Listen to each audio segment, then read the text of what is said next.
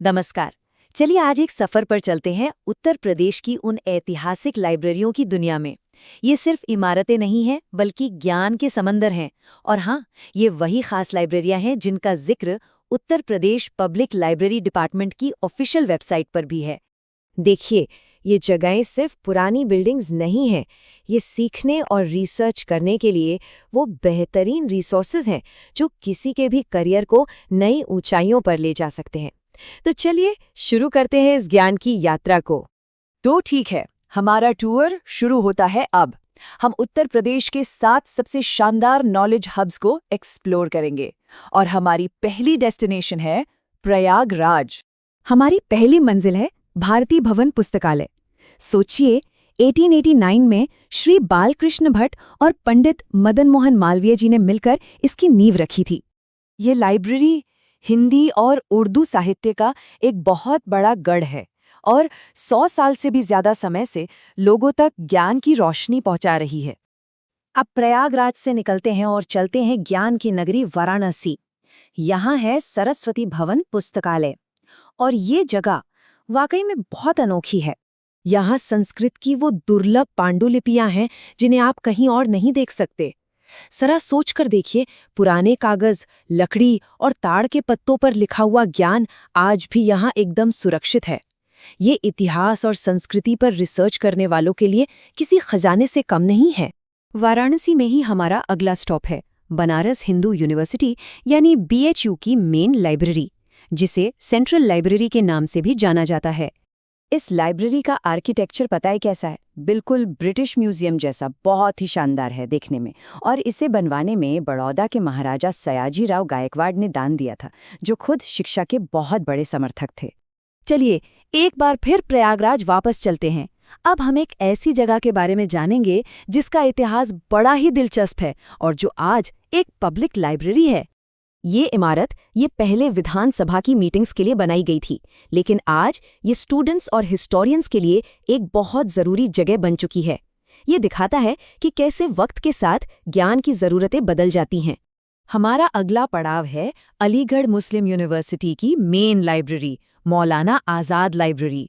ये बहुत ही विशाल और शानदार है। आपको जानकर शायद हैरानी हो, लेकिन मौलाना आज़ाद लाइब्रेरी पूरे एशिया की दूसरी सबसे बड़ी यूनिवर्सिटी लाइब्रेरी है। इसमें एक सेंट्रल लाइब्रेरी के साथ साथ 80 से भी ज़्यादा डिपार्टमेंटल लाइब्रेरियां हैं। मतलब ज्ञान का एक बहुत बड़ा नेटवर्क है ये। अब हम पहुंच गए हैं इस टूर की सबसे पुरानी लाइब्रेरियों में से एक, रामपुर रज़ा लाइब्रेरी।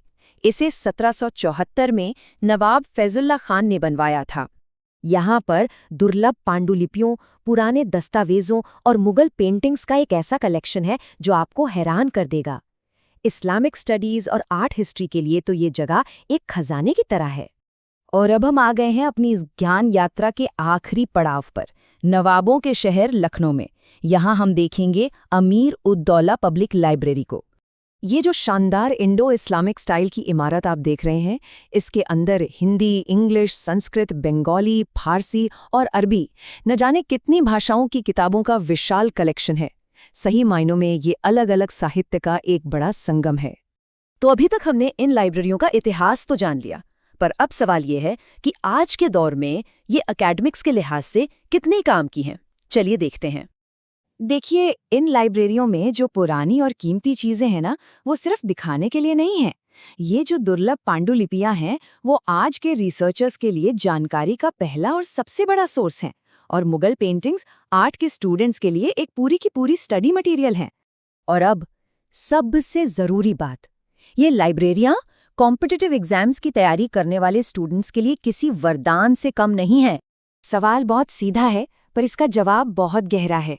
आखिर ज्ञान की ये पुरानी जगहें आज के स्टूडेंट्स को उनके सपने पूरे करने में मदद कैसे करती हैं?